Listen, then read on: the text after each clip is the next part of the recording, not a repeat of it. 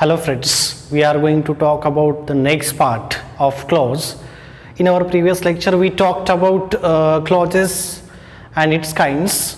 As per these kinds we are going to discuss about the next kind, that is an adjective clause.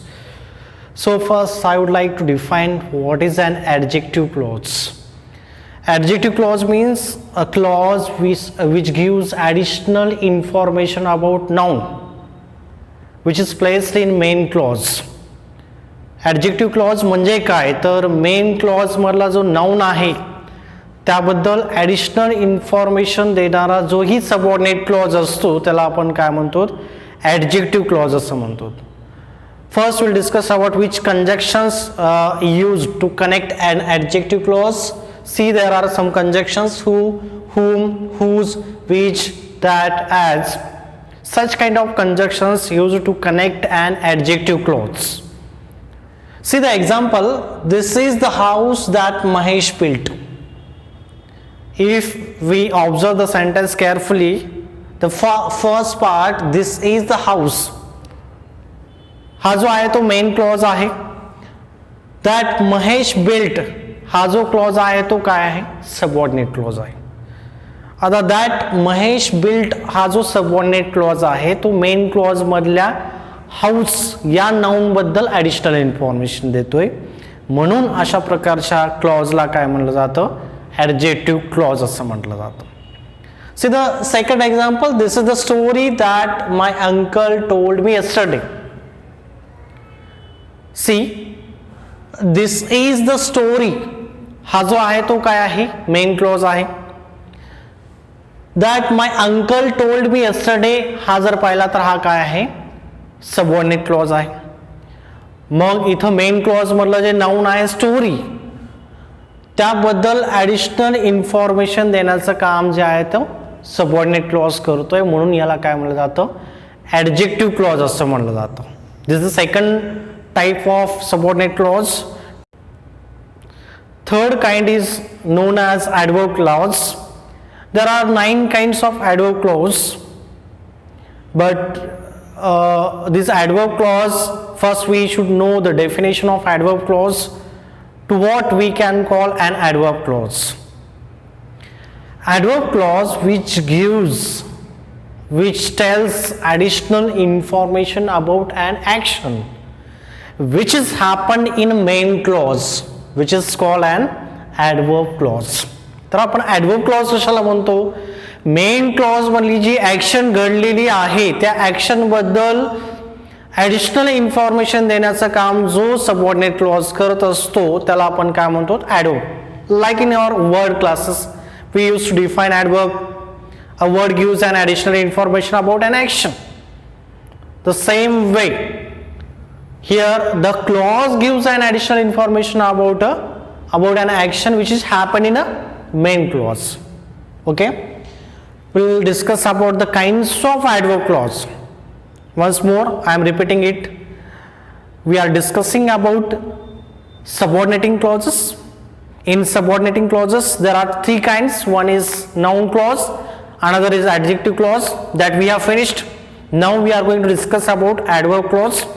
In adverb clause there are 9 kinds. First kind is adverb clause of time. See, the name itself indicates you, which shows the time of an action. आता adverb clause of time आपण कशाला म्हणतो, जी main clause मधली action आहे ती केव्हा घडलेली आहे त्याची वेळ जी आहे ती दर्शवणारा जो एक सबऑर्डिनेटिंग क्लॉज असेल त्याला आपण काय म्हणतो, adverb clause of time असं म्हणतो. पहा याच्यामध्ये कोणते कंजक्शन्स यूज केले जातात, when, after, before, as, whenever, as soon as, no sooner than, hardly when. Such kind of conjunctions are used to connect adverb clause of time.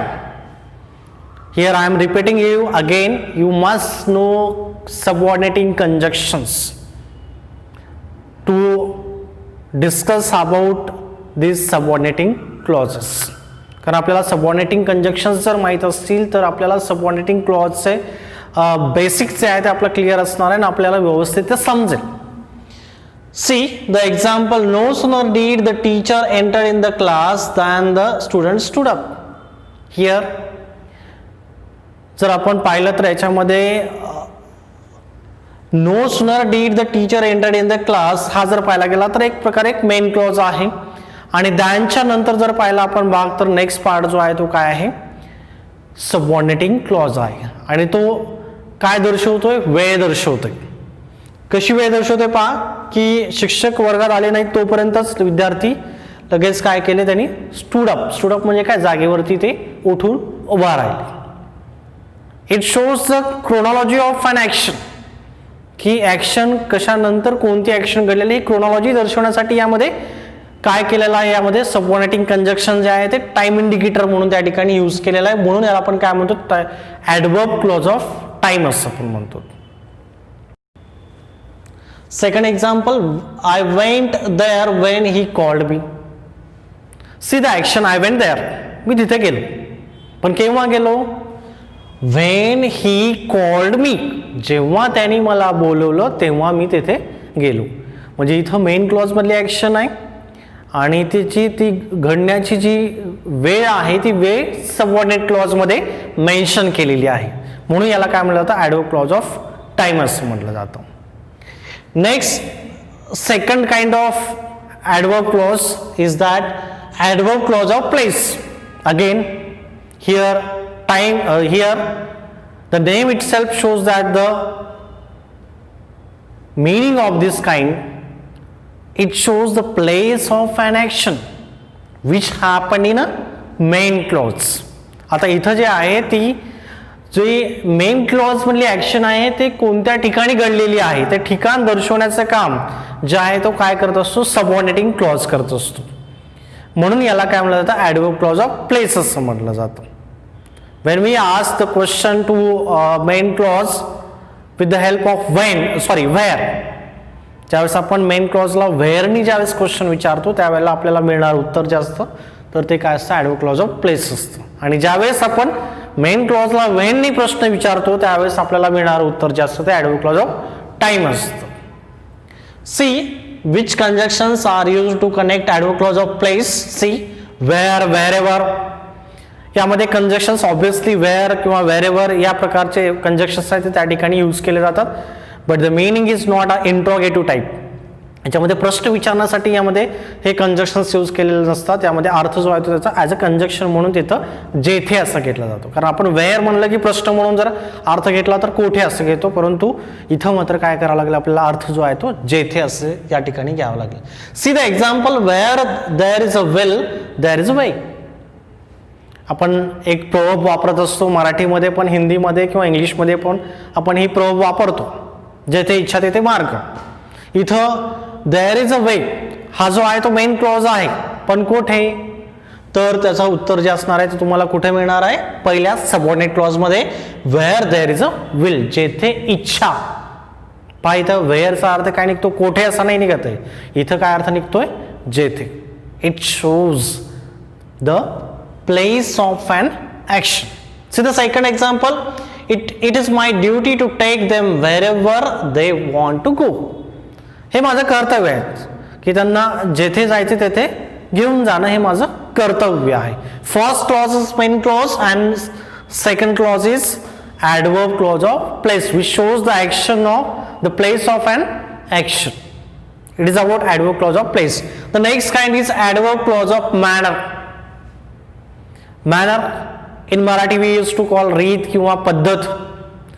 If we ask question to the main clause by how, जर आपण main क्लॉजला हाऊने प्रश्न विचारला तर आपल्याला मिळणारं जे उत्तर असतं ते काय असतं, adverb clause of manner. Okay, see which conjunctions we use to connect adverb clause of time, as if, as though.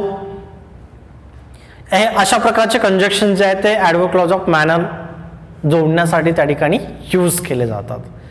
C the example, it looks as though it might rain.